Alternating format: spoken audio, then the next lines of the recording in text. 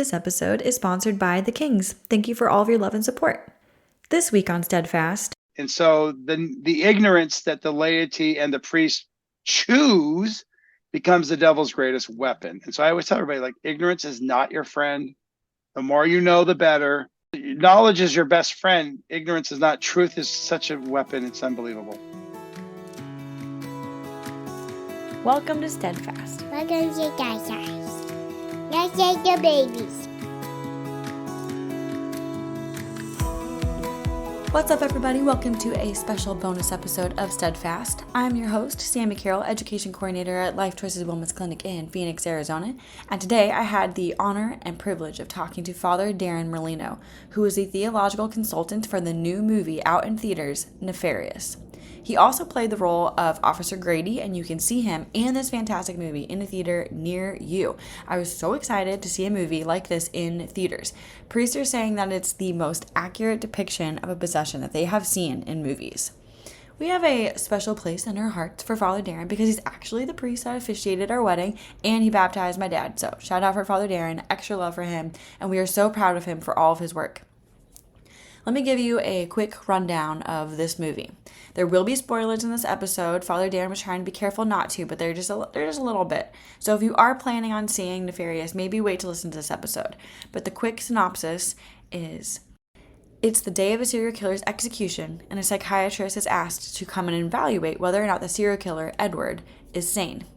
If Edward is declared sane, he will be given the death penalty. If he's declared insane, he can go to a psych ward, get treatment, and can potentially go back out into the world. The psychiatrist, James, evaluates Edward only to find Nefarious, a demon that declares he has taken over Edward's body. A lot of this movie is focused around this conversation between the doctor and the serial killer/demon, while the doctor is trying to figure out if he's insane or if he is actually possessed by a demon. And the demon tells him that James, the doctor, will commit 3 murders by the time that this day is over. There's definitely some Screw Tape Letter vibes where the demons are sharing their tactics. What I appreciate is the boldness of this film, especially on pro-life topics, euthanasia, abortion, the death penalty, all addressed. So good. So Father Darrin was the priest on set, and I got to ask him for his firsthand account of the spiritual attacks that happened during the filming of this movie. And we talk about possession, and we talk about the tactics of demons. I also had some fantastic listener questions, so thank you to everyone who sent me listener questions on Instagram. I appreciate you. Keep them coming.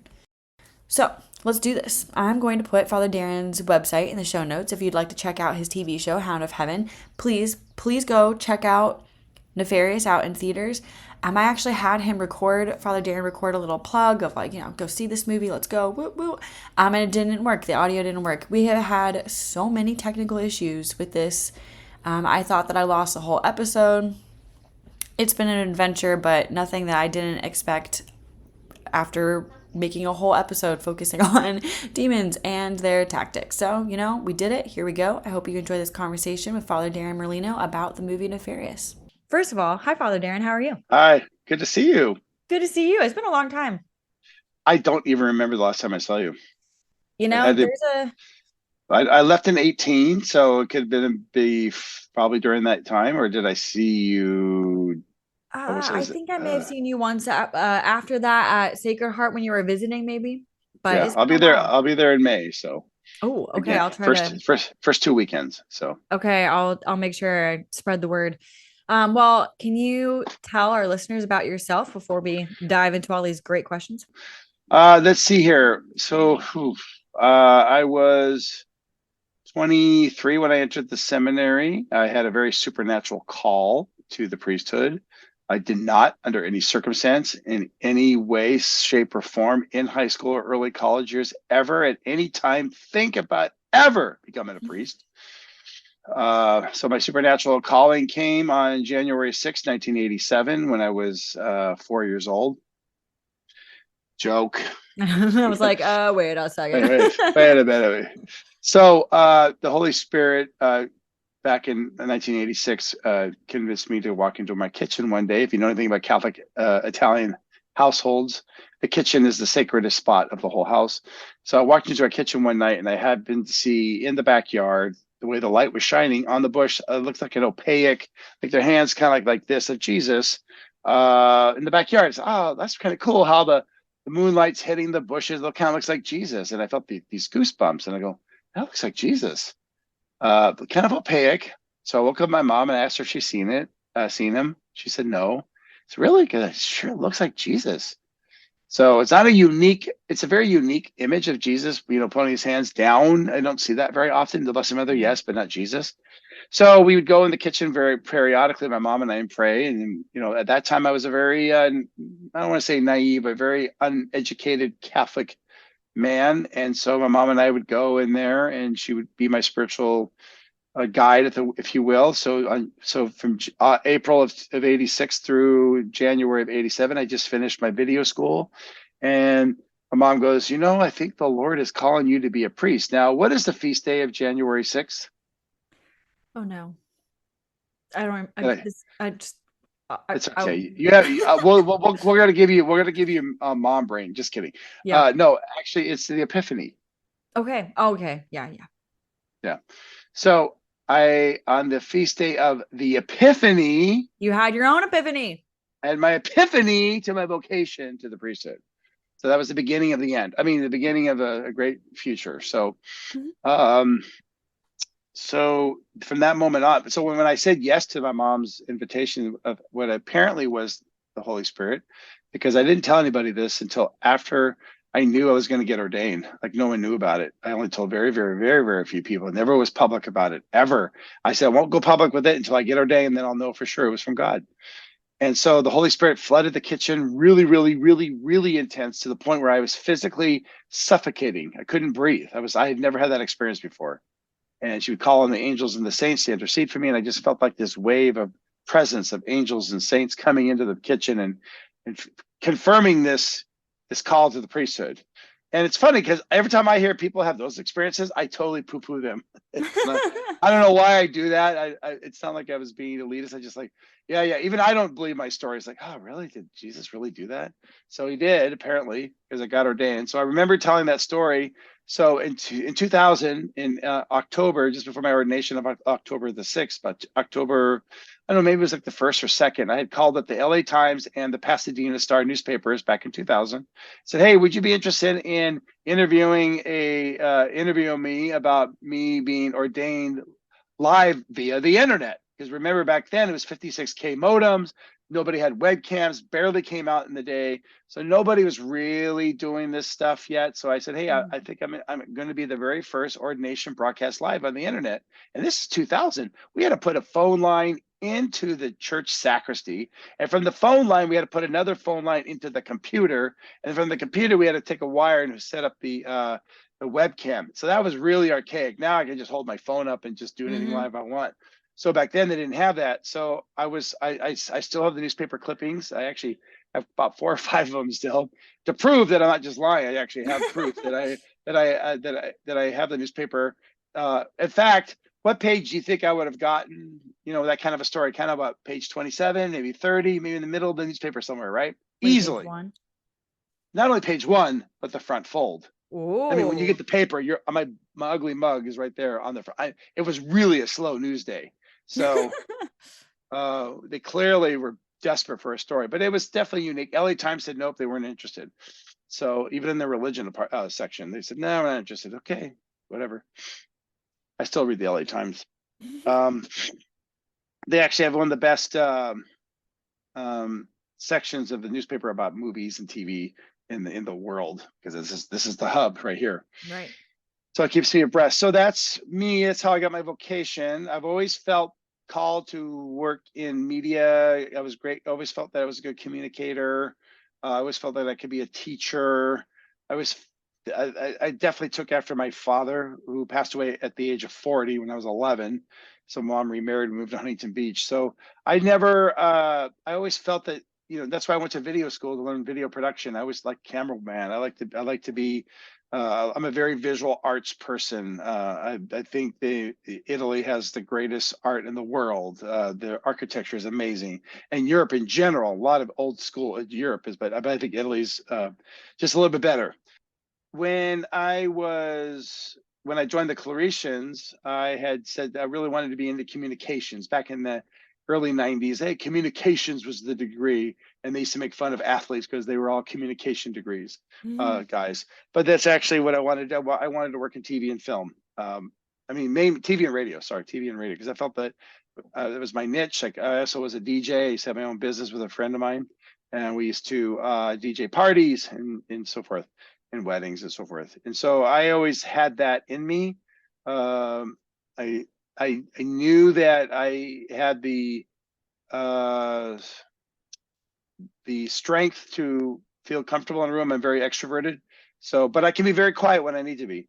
But I felt that I could easily use this gift for the event. So in the seminary, I was writing down ideas for evangelization. I'd write down book titles or movie titles and series. And I was rereading this about 5 years ago, and I was rereading my big ideas that I had, all these ideas that I had, and some of them were using cassette tapes and recordings and stuff like that, and CDs. And so one of the things I found out that I had this idea of teaching classes through email. And I go, what? I had the idea for online education and didn't even remember having it. And this is like in 95, 96, when nobody was even thinking about webcams or nothing was like that. It was just like an idea. Like, oh, I see the potential of teaching classes through email. And I didn't even realize that I've always known that I had that ability to be a little too far ahead of my time in some areas like that. Sometimes I'm really slow. I don't get it. But anyways, that's a little bit of me. What else do you want to know about me? Well, I want to know how you got involved in this project in Nefarious.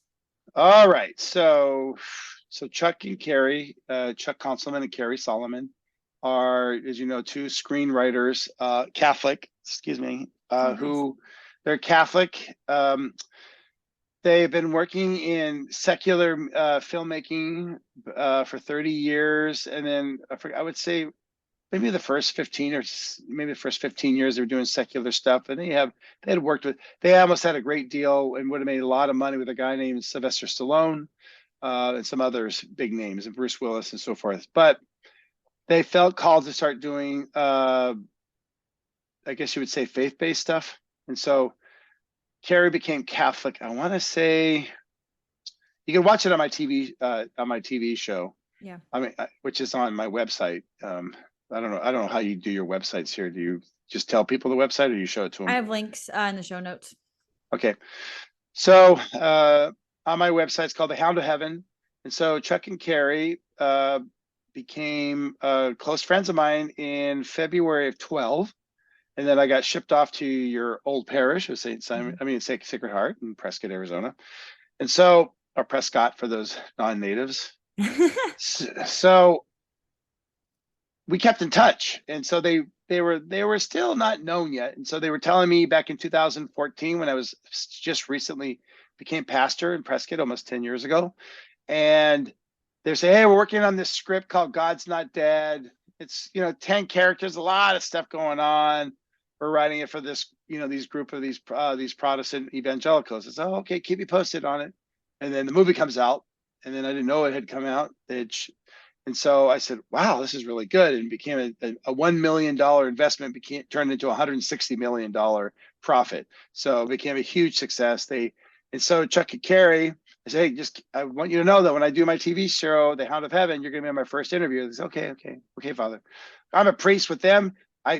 I'm carte blanche, so I can do whatever I want with them. They listen to me. If I say we're going to do this, they'll do it because they don't want to get in trouble with Jesus. So they're the only few they're the only few Catholics I know that will actually do that. The rest of the world not necessarily cares what I think. So fast forward, COVID hits, 2020, and they had bought this book called A Nefarious Plot by Steve Deace before Unplanned. So they were already in the middle of Unplanned, shooting that in 2018. I was still at Sacred Heart. I went on the set of that movie, Unplanned, for about 3 days.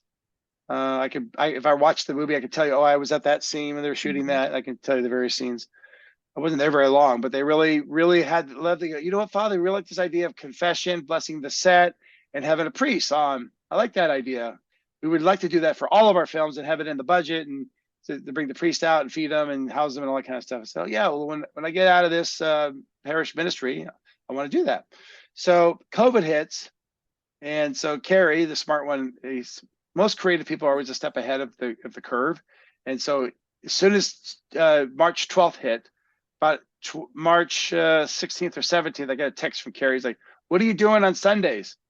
I go, "Nothing. My churches are closed. I have nothing going on. What? He goes, "Why don't you come over to our studio and we'll say mass for us on Sundays?" So Saturday night I'd go over there and I would say mass for them. And some of the guys that I was around got nervous about that, so they voiced their displeasure of me doing that. So in the meantime, my mom wasn't feeling too hot. She needed a surgery for her hernia, and so my brother and sister-in-law said, "Hey, come to Huntington Beach." I was living in LA. "We need you to come over here and help take care of mom." So I said, "Well, because with COVID, you couldn't commute every day or every week. You had to stay one place or the other." So I said, "I'm getting out of LA," because LA was psycho crazy. It was like communist lockdown and Nazi lockdown, but in Orange County, California, it was a lot looser. So I really enjoyed going to the beach, taking walks on the beach and so forth, and lost like 30 pounds doing that. And so Chuck and Carrie said, "Hey," I said, "Chuck, Carrie, I got some good news and bad news. I'm going to be in Huntington Beach. So that's the bad news." I said, "The good news is come on over. We'll have mass at my mom's house." So we had mass at my house. They came, they drove like an hour. Back then there was we called it COVID traffic, which meant in LA there was no traffic for like a year. So because so it was great. I was getting everywhere so fast. I said, "This is how fast it takes." So they said, "We're working on a script now called Nefarious, and we got this script, and it's got like a screw tape letters thing. And so, Father, you want to be on the set?" I go, "Yeah, I'd love to be on the set." So they were working on it during COVID, and so they finished it around. They came to my house in April of 20, and then by April of 21, the script was finished. They already had the funding for it. So they go, "Yeah, we're just getting ready to figure out when we're going to shoot it." So that's what they did. They figured out when they were going to shoot it. So we started shooting. We're going to shoot in the summer of 21. And then COVID hit the set, so everybody had to leave. And so I went back in August I got there in July, was like August. When I got back to California, and they shot it in December of 21. But they asked me to be the theological consultant. I said, "Okay, can I look at this and see how it was?" And I was reading the script. I go, "Oh my gosh, this is really good." And when you read a script and now I see it on the screen, it's totally a different experience, that's for sure. And it's sometimes hard to visualize what you're going to see on the screen, and it's far better than what I expected. And so I asked them, "Hey, can I play the priest part in the film?" We'll talk about that later, and that's one of your questions later. But they said no. In Hollywood, there is typecasting, and when you see the film and you see what the priest represented and what he looked like and stuff like that, and what he says, I look too linebacker footballish for that particular part. Like the joke is my resting face looks like I can murder your whole family. Yeah, you don't look like a pushover priest, No. And when I get on the basketball court, definitely not. Yeah. And so I can make people get very upset with me because the way I play basketball. So that's how I got associated with it, because I met them in 2012 and I just kept touching base with them. I interviewed them for my TV series back in 19, and they asked me to, they wanted a priest on set. And when I was there, I would say mass every day, except for when I was in the hospital for one of the stories we'll talk about. And it was a pleasure. And I'd never seen a movie where God and the devil really fought it out to make sure that something would not happen and something would happen. It was just quite amazing. Yeah. All right, let's dive into it then. Let's see. We're going to start with Edward and / Nefarious. Because like you just said, I've been reading a lot about how this depiction of possession is the most accurate as far as movies goes. But can you explain what a possession is? And if we need to dive deeper into differences with infestation, obsession, oppression, possession, etc., we can. Let's talk about vexation and infestation, like Amityville Horror. It's where the demons are at a place and they own that place. That's like they're not going anywhere. Classic example of that was Amityville Horror, actual true place. I think it was either Indian burial ground Where you got to remember, demons can't be annihilated. They got to go somewhere. So that's where they stayed. And sometimes when you have a situation like that, you just pack up and leave. You're not going to get rid of them for some reason.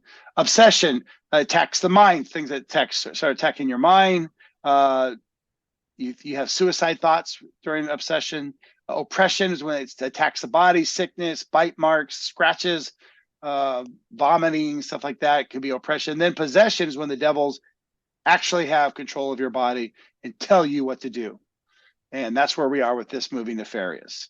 Is the devil, demons are in control of Edward's body, and you find out in the movie how he got possessed. Possession is not easy, and it's easy. So if you want to, you can easily get possessed, which is probably, there are some stupid things in this world you can do, and that is clearly one of them. Playing Russian roulette's another. So possession is when the devil, demons, I should say, not the actual devil, because when we say the devil, everyone thinks of Lucifer.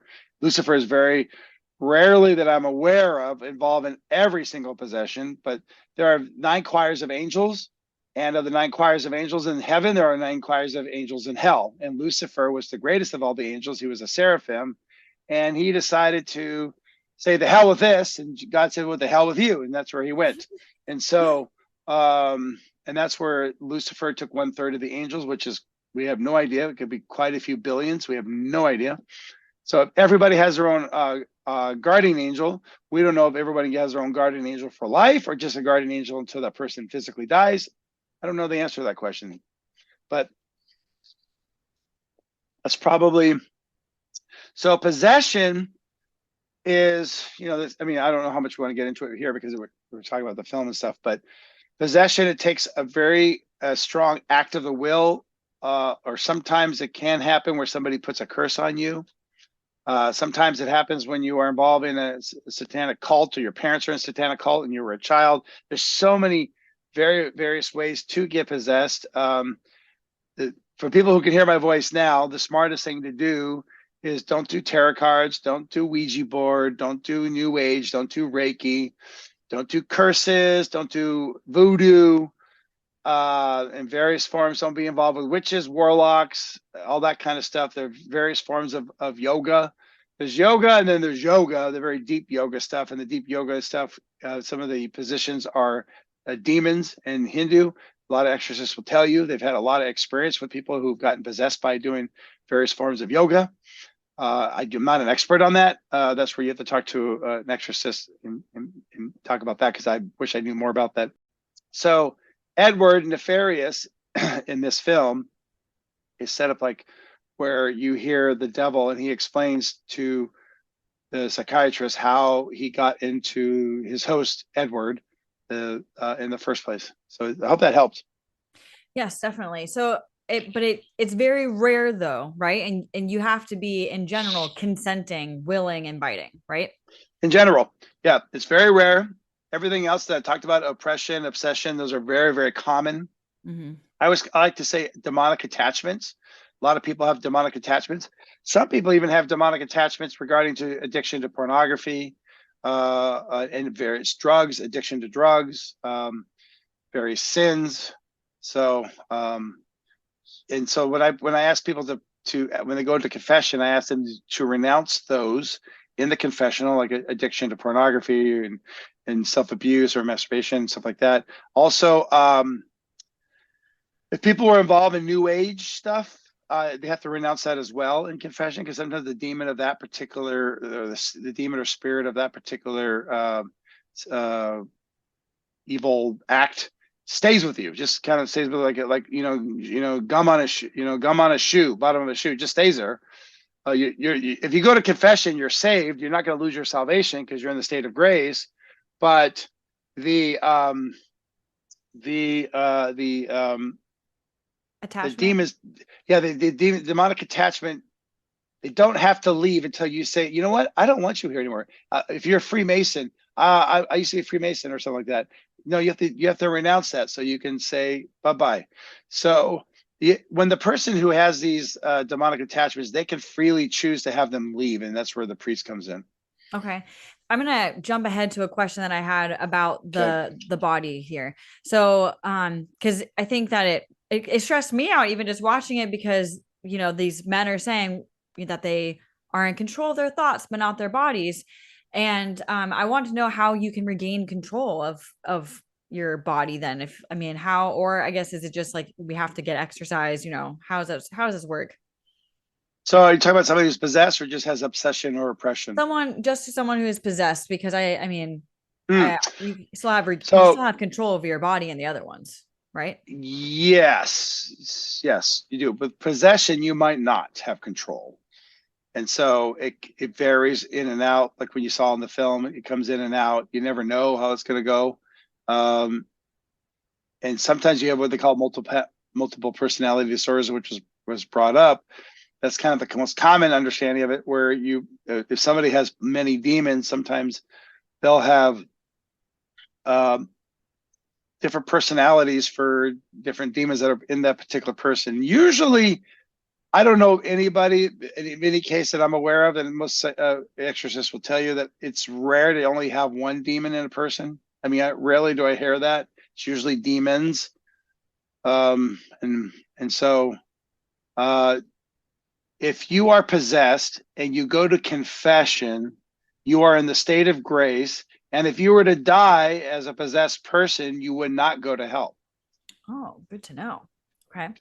So confession is extremely important, because if you're in the state of grace, the devil has lost that real battle.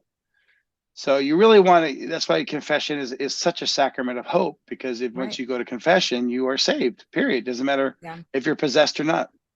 This movie just made it seem like Edward had he wouldn't have any capacity to be able to willingly even get to confession. In fact, that is one of our listener questions. We're just going to jump all over. It's fine. Okay. One of the listener questions was, James, the psychiatrist, asked Edward, what can I do? What can I do to rid you of this demon?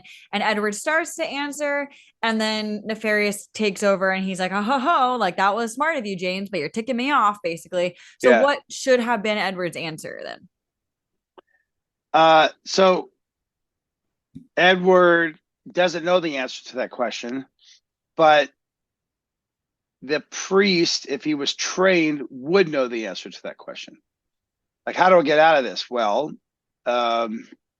if Edward ever had if Edward, the host body, ever had was lucid, and because can I have a priest come with me? But apparently that didn't happen in this particular film. That's like I said, there's some things in the film that were left out on purpose for sequels. Oh, yay.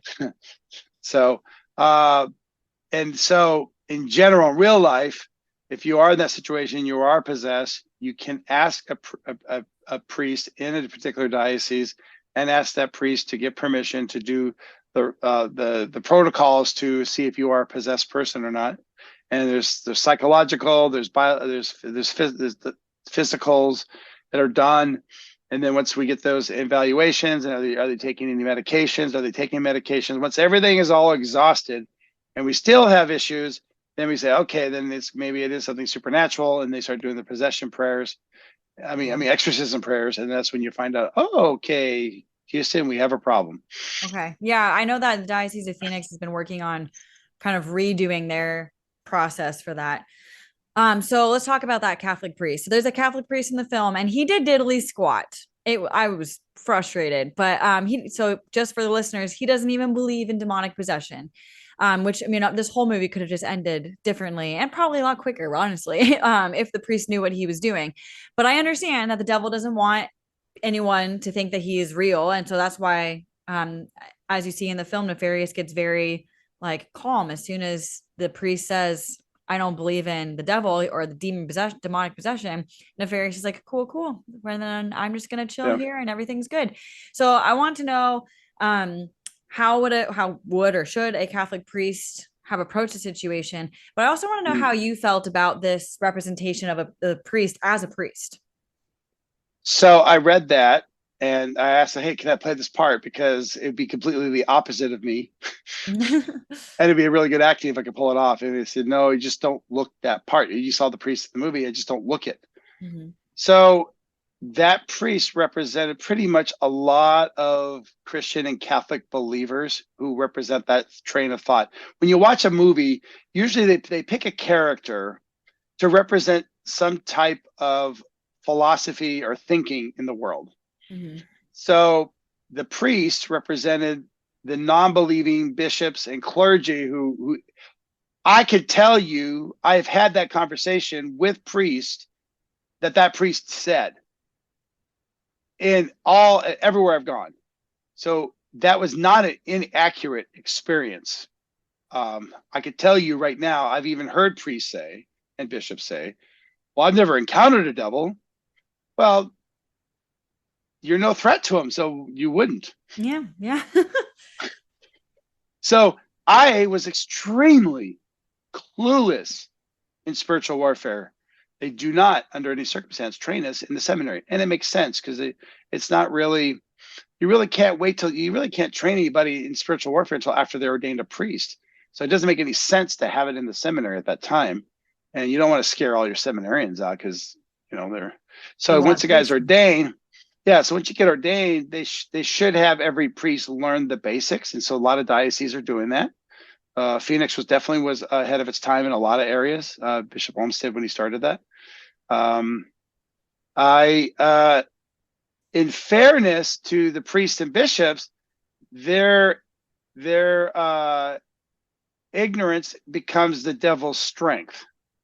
That happened to me. There's a lot. Short story is I just had 2 teenagers come into my office when I was at a parish, not at Prescott, but some other place, and she had played with the Ouija board. And the short story is I felt evil in the presence of them and never felt that before. And I asked her some questions, which, I mean, at this time, I am pretty much a 1 week-old baby asking an adult these questions. So I was really beyond ignorant, had no clue what I was doing. Called up a priest friend of mine. He goes, hey, just get rid of him, because he didn't know what to do either. Because even though he was a pretty traditional kind of guy, he just was clueless just as much as I was. And so when I remember seeing some back in the early 90s, some exorcist in New York saying, oh, have him ask these questions and drink this holy water. That should do it. I was, okay, so I remember that. So I had to drink holy water. She drank the holy water, no problem. She answered my questions, no problem. So I had the boyfriend kiss my crucifix, which at that time I thought was a true cross relic, but it's not. But at that time I did. He kissed it, no problem. As soon as I had her kiss it, she rolled her eyes to the back of her head and her eyes turned white. And that's when I realized I'm out of my league. Big time. So I called up my buddy Joe and said, hey, this she's fell on the ground and I'm freaked out right now. I don't know what to do. Tell her to come back on Tuesday. So he came back on Tuesday. Tuesday. Yeah. So I had to buy a rosary, a Bible, a catechism. I'm like, hey, I'm Stevie Wonder, and hey, Ray Charles, follow me. I mean, I was just useless. And so that was the beginning of me thinking, the ignorance of the devil is not to my advantage. So fast forward, a few things happened in my life. Went to some Steubenville conferences. I saw some priests doing some deliverance ministry. I approached him a couple of years later, said, hey, teach me. He taught me and a bunch of other priests. And then I went to a conference in Mundelein. And that was the beginning of me going, oh, man, this is very helpful. Oh, I can do this in the confessional too? Wow, that's really helpful. Wow, why don't we taught this? And so then I was a little irked that they didn't teach us anything that was useful about confession. So I was a little not pleased.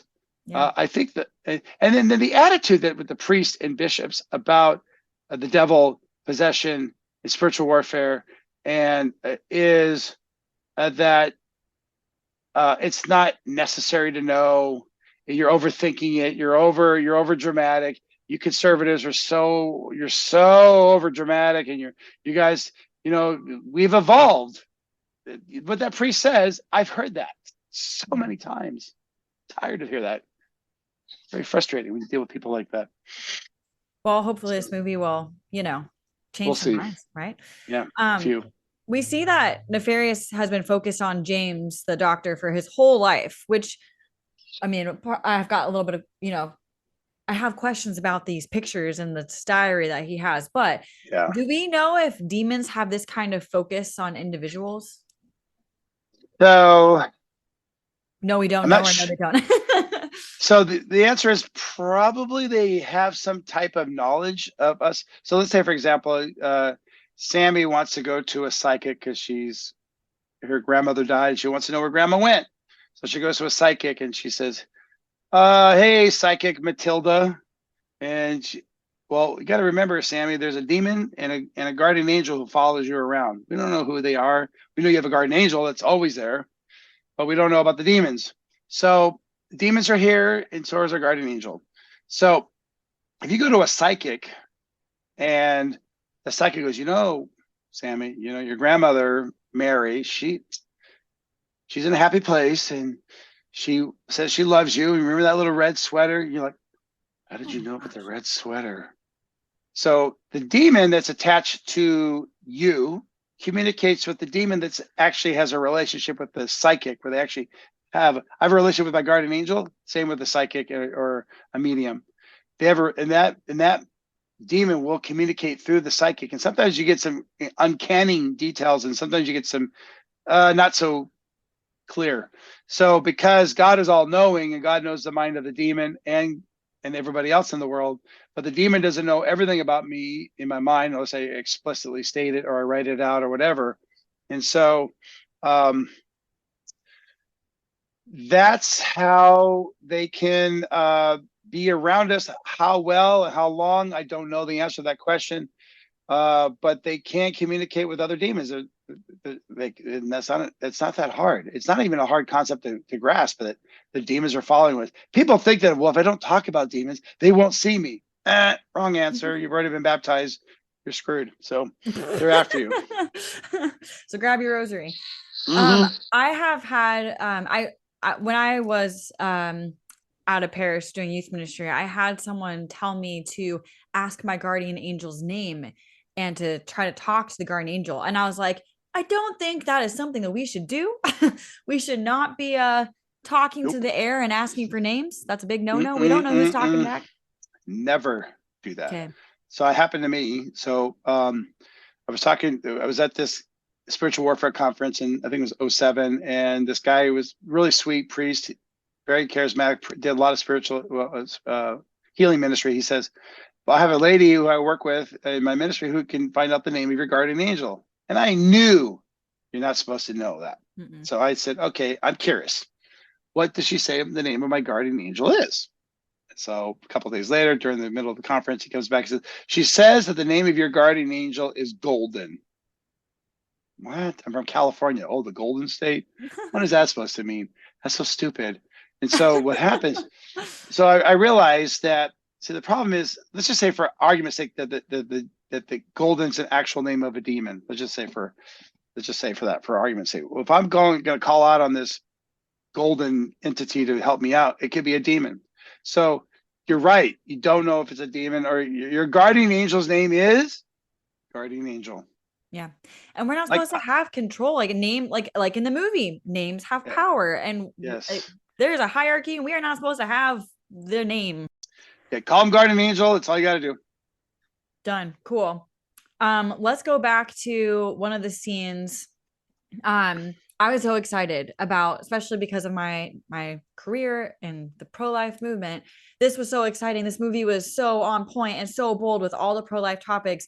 We hit euthanasia, abortion, and the death penalty. And it was just so refreshing to be in a Harkins theater and having them say this. And I was like, heck yeah, let's go. So can you give me your take on these scenes, particularly that scene when the demon calls James out on his girlfriend having an abortion? Oof, it's one of the most powerful, intense scenes of the movie. Oh my gosh, some of the lines, I don't even want to use some of the lines because I want people to see the film. But when at the very end of when she has the abortion and the devil tells James what happens, that was such a powerful line. And the way Sean Patrick Flannery says it, by the way, he deserves an Oscar nomination for this film. Yep. He won't get it, but they're actually putting the application in right now at the Academy. Oh, so, nice. Awesome. We'll say a prayer for that. Yeah. It'd be a miracle if he even gets nominated. But it's definitely, I think it's the most unique way of showing the evil of abortion. I think that when you see how evil it is and the history that's given during the film of when they kill babies, infanticide, and some of the description they use, very strong, very poignant. Nothing everything was factual. Everything was true about how the demons work in this particular evil of abortion. And it's probably the most powerful anti-abortion scene I've ever seen. Yeah, especially when he's like, it's her body, her choice. And the demon's like, yes, keep going, my boy. Yes. Do we know, have we heard any stories of, I know that like I have the, it's the Vatican exorcist, but I can't even say the Pope's exorcist because of the movie now, but, the Vatican's exorcist, I have his book and he's talked about, conversations that he's had in exorcisms. Have we heard anything about abortion in those kind of situations? There probably is. I'm just not aware of it, but I wouldn't be surprised because some Satanists are abortion doctors, and that's where you get really, really dark. And I don't want to get too far into that because some of the stuff I know. There's a grace that God has given me, and the grace is that I don't have PTSD hearing these stories, but I know that people who hear them, if I explain them, will. So that's why a lot of times I just take one for the team and just keep it to myself because it's really beyond dark. And if you want to see how dark evil is when you watch the film and that scene that you're talking about regarding abortion, what I know is far superior darker than that scene. Oh, wow. Okay. Some of the stuff that I know, it's pretty bad. Well, God bless them for being so brave with that. I mean, it's not going to make them popular in Hollywood, but No, they weren't popular before the movie. Well, then God bless Sean Patrick Flannery for taking one for the team. Actually, yes. James, is it John? Is it John Belfie? No, it's Jordan Belfie. Jordan. I was like, there's a J name. He's been in every single one of my favorite TV shows, from Buffy the Vampire Slayer all the way to, Castle. But anyway, he was on Entourage too. Oh yeah, I saw that. Yeah, he's that was one of the more recent ones. I've scrolled all the way to the end, and it's like every single one of the shows that I watched in the past like 20 years. But okay, this is the big one. This is the one that there's been a post circulating on social media, right, about all the spiritual attacks that happened during the making of this film. But I think that sometimes we can get a little bit skeptical when we read those, especially on Facebook. I don't really consider it necessarily a reliable source, but you are my reliable source. So I would like to know, can you tell me some of these stories that happen? Oh, shoot. The beginning of it, July of 21, the demons try to crash the plane flight from Phoenix to Oklahoma with Chuck and Carrie. And the plane was like this. Oh wow! Perpendicular. Out of Phoenix. Out of Phoenix. They should have died. COVID shut the set down. That was true. The strike, which means it's kind of a crew called IATSE. There's a crew when you have a movie crew, their union is called IATSE, and it's an acronym, and I forgot to spell. I think it's ITZ something. IATSE forced all the crew members to strike and to make the film not happen. That happened on December 6th. The very first day of the shoot, Carrie's truck worked for tens of hundreds of thousands of miles on the day of the first shoot to get away from the hotel, just 2 miles away because we were just out of cell phone range, and the car just dies. It was really hard to get it started, and it dies. We had to call a PA to pick us up and on the first day of the shoot, which is what you don't want to happen. The warden or somebody from the prison said, "Hey, Father, we go over to this section of the prison. It's been shut down for decades, but we think we have ghosts over there. We go bless that." I didn't want to tell them that ghosts are not an issue. It's the demons you got to worry about. But I just said, okay, I'll just go over there and bless it. So I did that. There was talk about the strike during those first 3 days of December 1st, 2nd, and 3rd. We came home on Friday night. Saturday and Sunday, we relaxed. Monday was the 6th, boom, strike. And IATSE says, if you want to get your card in IATSE, you cannot cross the line. And if you are a member of the union, you can't cross the line. So everybody left. Luckily for us, the sets were pretty much built. So for Monday, Tuesday, Wednesday, and Thursday, we're calling up everybody that we could find that could be crew members for the movie. So we got enough people. If you watch the credits, you'll see their names. So in the meantime, Thursday, the caterers were crappy. They were just awful. And my sister-in-law, she was in charge of the craft services, and she's like, we gotta fix. Italians don't do crappy food. We just can't tolerate it. We just can't. It's not part of our nature. So my sister-in-law had to get involved and find caterers, and so we started getting some caterers, and so but on Thursday, one of the caterers brought us Fritos, chili, and cheese as the main meal. And in sets, one thing you're not allowed to do is treat crew like garbage and make them eat 4-year-old food and 5-year-old food. I like chili, cheese, and Fritos, but not on a movie set. So that was the main meal. And afterwards, like, the chili's not agreeing with me. And Thursday came, and Friday came, and we had these fish sticks and mashed potatoes. And gosh, my stomach's not really, food's kind of terrible. Ugh. Saturday comes, and I'm getting this abdominal pain. Like, gosh, I don't think this is food poisoning. This ain't very good. Ugh.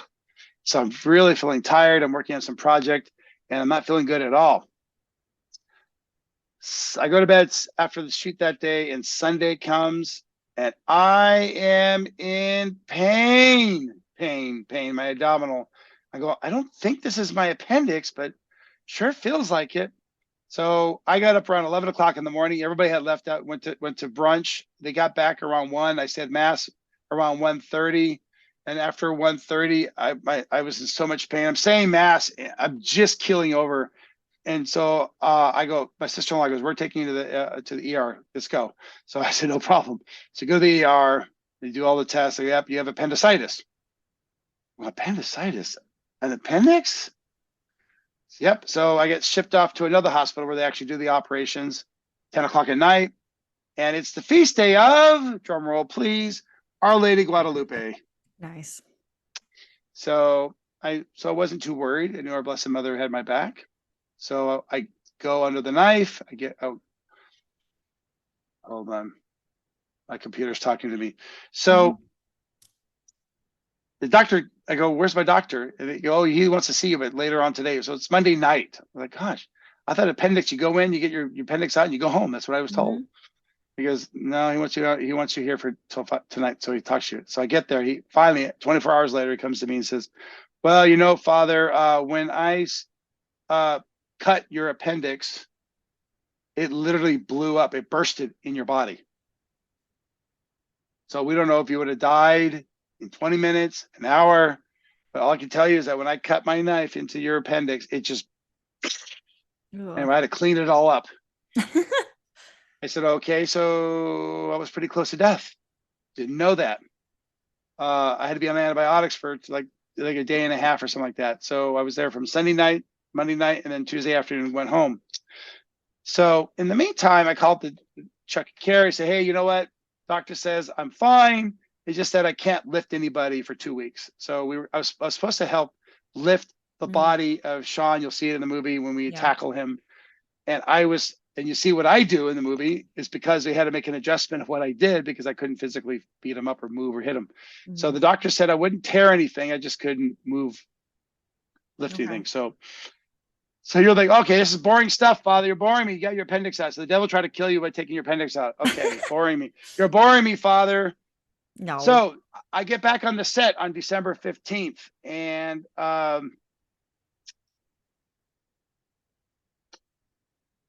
we get there. And this is part of the film. It talks about the dark gospel. I can tell you that part. It's a pretty intense part of the film. And during the most intense part of the film, dialogically speaking, Oklahoma has the worst windstorm in their history, sustained wind. So if we're inside this basketball arena, and 70 feet up is the roof, and it's an old but the wind was blowing so hard that it sounded like the Titanic was about to split in half. It was very ominous sounding. It was quite beautiful, to be honest with you. The sound was great, but it was ruining the audio of the movie, of the takes of the film. And so Chuck Carrot, I can see in their eyes, they're just like, first we get COVID, then we have a strike, and then we have this. We've already lost 4 days, and we're going to lose another day, and we can't go back. We're hoping we can figure this out in post-production. And they're just totally upset. They just don't know what to do. So, and well, here's the part that's really amazing. When they would say action, the wind would go up and you'd hear the metal bend. Cut. Stop. Action, wind, cut, wind, stops. Action, boom, back and forth, back all day long, 12 hours. Oh my gosh. And when we stopped, guess what? The wind stopped. Okay, it's a wrap for today. Wind stopped. Get home. I'm exhausted. It's about 10 o'clock. I'm sore from my appendix. I was shooting. I was on the set all day. This is where in my scene where I come in, one of the prison guards asked a question, and that's where we take him down, all that kind of stuff. And so that was all day. We spent 12 hours shooting that. And I walk into the house, and guys, I think we've been robbed or we've been vandalized. Come in here. So in our living room area, we were in Airbnb. There was a TV there, which means that we didn't get robbed because they would have taken the TV. We had all this mantle, all this stuff on this mantle, all this Christmas stuff, Jesus, Nativity, Candle of Mary, poinsettias, the word believe on a banner, all on the ground. And there's a wreath on the door behind me. I had an altar in front of me, and I see the wreath behind me on the ground. Like, it's all weirdly messed up. And the glass door from the chimney was opened. I mean, how can a squirrel open that? But it was opened. And so there was food there, not touched. Rudolph the Red-Nosed Reindeer, not touched. Frosty the Snowman, not touched. Just Jesus' picture of ceramic thrown on the ground, broken. The Blessed Mother candle thrown to the ground. And so I'm looking at my altar, and lo and behold, I go, you guys, you won't believe this. The squirrel goes on top of my altar and urinates on the upper right corner and urinates on the bottom left part of the corporal, where I put the host, where I put Jesus, the blood of Christ and the body of Christ. And then the exact spot where I placed my ciboria or paten the paten wasn't there, but where I do place it, the exact spot, not missing a millimeter, he defecated right on the actual spot where I put the host. And at that first I said, holy cow. And then I said, wait, unholy cow. I can't believe, but that squirrel, Satanly inspired, the devil said, screw you guys.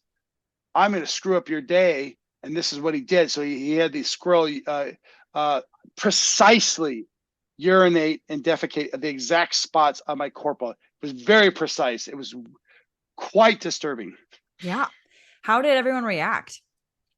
Exhausted, tired, freaked out, say Michael prayers, kind of like, okay, it's kind of like, okay, we're at D-Day right now. We've been dropped off behind enemy lines. We got to get to the rendezvous point. We just got to get this thing done. So we just got to stay focused and just not let these demonic attacks dissuade us. Yeah, I have never obviously experienced anything to this extent, obviously, but whenever I have spiritual attacks, it's usually before retreats, and I try hard to take it as encouragement of like, well, I'm clearly on a good track here because the devil's trying to stop me. So I try to take it like, okay, this means that something good's gonna come. So I try to be positive, and obviously this movie is definitely going to have me, and it already has had. Yeah. We definitely need more people to watch the film in the theaters, like ASAP. That's for sure. Well, when we were there, it was pretty full on a Saturday night. Yeah, in Chandler. All right, so we have some listener questions. Okay. Can Satan attack you through nightmares? Probably. I think I've heard that before. I Yeah. have experienced that. It I happens would almost assume every so. time. Yeah, it happens almost before every retreat, and it's like the sleep paralysis, and like I can hear Hmm. things, and yeah, it's bad. Anyway, Yep. yeah, if you can, if Satan can influence your thoughts, I'm sure he can influence nightmares, right? Yep. How can you tell if someone is oppressed, obsessed, or possessed? That's where the investigation comes in, and that's where you have to have your protocols for your diocese so that you can kind of see their history. So I remember when I was in the diocese in Phoenix, we had a pretty long 12-pager, and I would send it to people when I was an investigator for the diocese. I'd say, okay, fill this out, and when you fill it out, get back to me. Of course, it would take months because people would fill it out and they'd forget stuff. But that's how we could tell, at least a preliminary. Okay, this is probably what happened. Because there's so many variables of how the devil can attach. Sometimes a man or a woman could have a non-married sexual relationship with somebody, a boyfriend or a girlfriend who is a witch or a warlock, and you get demonic attachment because of that. So it varies. Talk about one flesh, right? Yeah, talk about one flesh, exactly. So does this mean that if a person is possessed, it's going to be on that person then to start this process? Like, it's not like I can be like, hey friend, I think that I need to take you here. I mean, obviously there can be some like conversation there, but it's really the willingness of the person. So yes, you can have perfect possession, meaning if I freely choose to be possessed and I don't want to be unpossessed, that person is going to stay possessed. So there is perfect possession in that regard.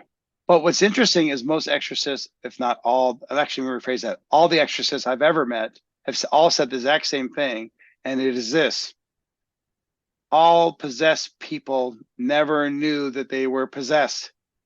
Repeat: all possessed people never knew that they were possessed. Meaning, if somebody comes up to you and says, "I think I'm possessed," whew, I go like this: good, I don't have to worry about it. It means you're not possessed. But if somebody's like, something doesn't seem right, because the devils don't, if they're possessing somebody, they don't want to be known. So they're going to definitely hide it as best they can. Okay. So that's why it's one of those criteria that when somebody says that they are possessed, but if they had family members say, you know what, something's not right, it's because you're talking about it like a friend or a family member. Like usually it's a family or friend member brings it to a priest, like something's not right about Sammie. Mm-hmm. What's up with her? I don't, something's not right. We throw holy water on her and she starts twitching. We exorcised her room and she can't go into her room now. We asked her to say Jesus Christ is Lord, and all of a sudden she can't say it. Jesse Romero tells a story about a guy in prison. He says, if you could say Jesus Christ is Lord, I will buy you an In-N-Out burger hamburger right now. And the guy couldn't say it. Wow. So clearly he was possessed. Yeah. So, but what about in Edward's case? In the movie, it seems like he knows, or at least he knows that there's somebody else that's hurting him at least. Yeah, that's where you get some creative license there. Okay. You could have a possessed person who does not want to lose the demons. But in Edward's case / Nefarious case, Edward doesn't seem to know where he can get help or to get unpossessed. Definitely the messaging here was a lot of people are not asking God for help. Like Edward represents that. There's a lot of people who think they got this, or they don't know where to go, or they're just not interested. They don't want to get any help. And so can a devil actually suppress somebody from getting help? Probably. I wouldn't be surprised. How many people do you know that you try to bring them to church and they're just not going to come? Seems very successful to me. So we'll see when they ever break. We never know when they're going to break and decide to come to church. But we just never know. Yeah. Well, another listener question, because we're running out of time a little bit. Sure. When is it appropriate for laity to do deliverance ministry? I know that you, or without an, okay, I'll edit that out. So this came from somebody who is in ministry, has done a lot of prayer ministry and has been involved in deliverance ministry. And she asked, when is it appropriate for laity to do deliverance ministry without an ordained minister present? Is it dangerous to do this without an expert? Yes. So, as a mother and your husband, now I just learned this recently, that the husband only, and only men, this has to do with priesthood, should bless on the forehead or on the head of their children and wife. The wife, on the other hand, on the shoulder, not on the forehead, because for whatever reason, and he said there's like 200 and it was like thousands of biblical references of hands laying on the hands, priestly authority of a man. I don't know why it's the way. I'm not trying to be sexist here. I'm just telling you the scriptural facts. And then he starts telling me, he's like, when women have got involved in charismatic ministry and done the laying on of hands and blessing with the thumb on the head, he says, when you start listening to what's happening to all of those kids, I mean, all the children of those women, he said, across the board, you will see, daughter is left the church, agnostic, involved in the gay community. Like he says, almost always. Like I go, shoot. And I was telling my friend this too. He's like, oh my gosh, the evidence seems to be overwhelmingly true. So that's one thing. Deliverance ministry is father praying over his children, laying on his hands and blessing them, mother praying over the kids over the shoulder or whatever. If you do a exorcism prayer with St. Michael, that's fine. Not having an ordained minister is very foolish because you never know if this is a possessed person or not. And the demons have a legal right to cause hell to you because you don't have the authority to do what a priest who's got permission or a bishop who by his office can do. So the devils have to follow the protocols of the Catholic Church. They're forced to. Jesus forces them to follow that. And they know that. They're legalists on steroids. So you follow the protocol of the church. If you're saying, St. Michael prayers, or there's actual prayers that laity can say, then you only say those particular prayers. Having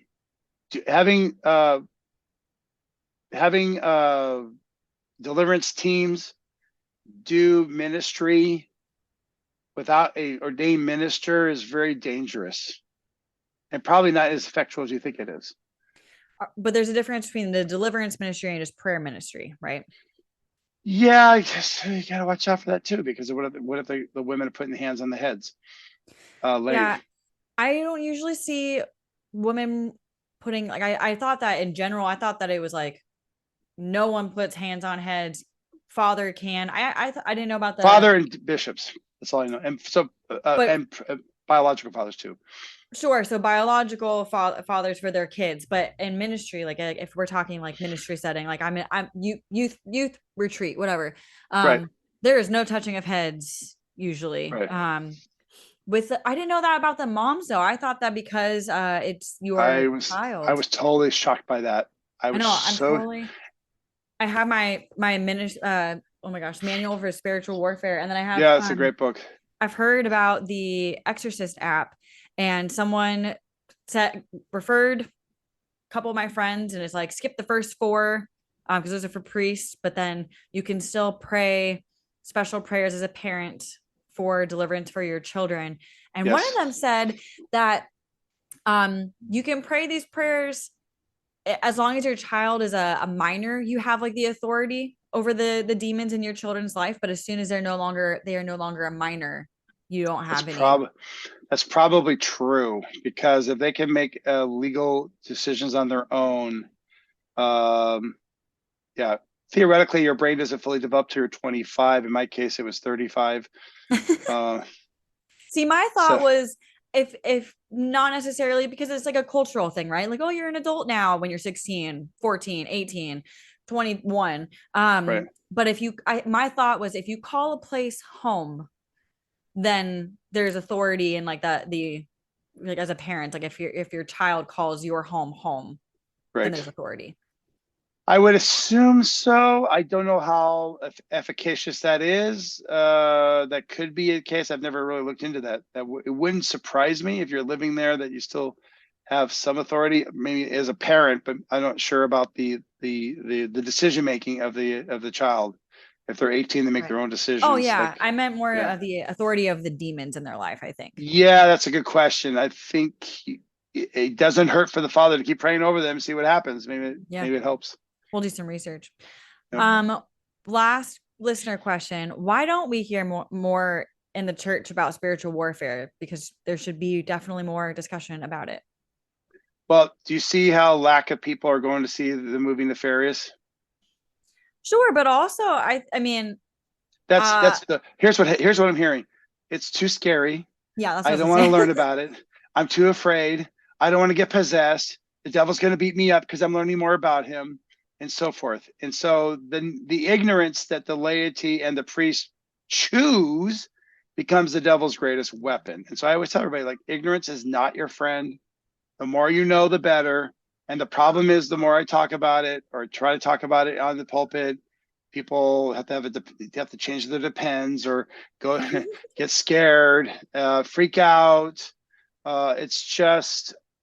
That's probably why. And then the other problem is that when I'm at mass, I got a 5-year-old, a 4-year-old, a 3-year-old, a 6-year-old, a 9-year-old, a 20-year-old, a 110-year-old. I mean, I got all these ages. I'm like, what do I do? Well, how do I bring it up? Because I really can't talk about it in front of them. They're going to ask questions. And so I don't know what to do with that one. If it's an adult situation, it's easier. Yeah, so maybe even if we just offer like an informational kind of night where I know I've talked to teens about it. You were with me for one of those talks. Well, when this is the final question. Okay. Like you just said, people freak out. They don't want to go see the movie. They freak out, whatever. I mean, when I had a group of friends, it was like my first young adult group that I was in charge of, and we started talking about demonic activity. They all kind of freaked out. Like, what if I'm possessed? Like, oh my gosh, like how will I know? And I just kind of wanted to be like, the fact that you're here, the fact that you're receiving communion, the fact that you're worried about that probably means you're okay. But what are words of encouragement or advice? I mean, hold on to your rosaries and stay away from Ouija boards. But I mean, any encouragement? I think staying in the state of grace, participating in the sacraments, even if you were possessed, for argument's sake, just for argument's sake, let's say you were possessed and you're going to communion, and if you're not making a face like this or freaking out, or I hold a crucifix and you're like, I mean, eventually, that bothers you. Exercise salt. If you eat that, the demons can only handle holiness after a while. They just can't handle it. Holy stuff just drives them crazy. So if you're not being driven crazy with that stuff after, even a month worth of daily, well, it's very unlikely that you're possessed. So yeah, I don't see to worry about. So the thing is that knowledge is your best friend. Ignorance is not. Truth is such a weapon. It's unbelievable. Amen. Well, thank you so much for joining me. Yeah, you're welcome. It's been a pleasure.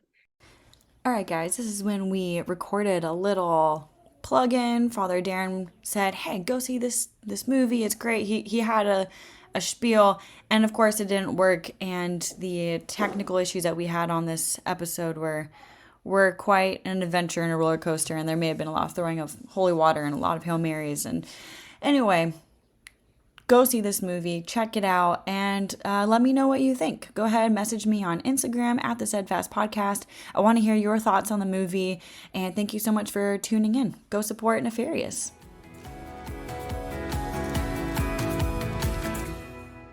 Thank you, bye.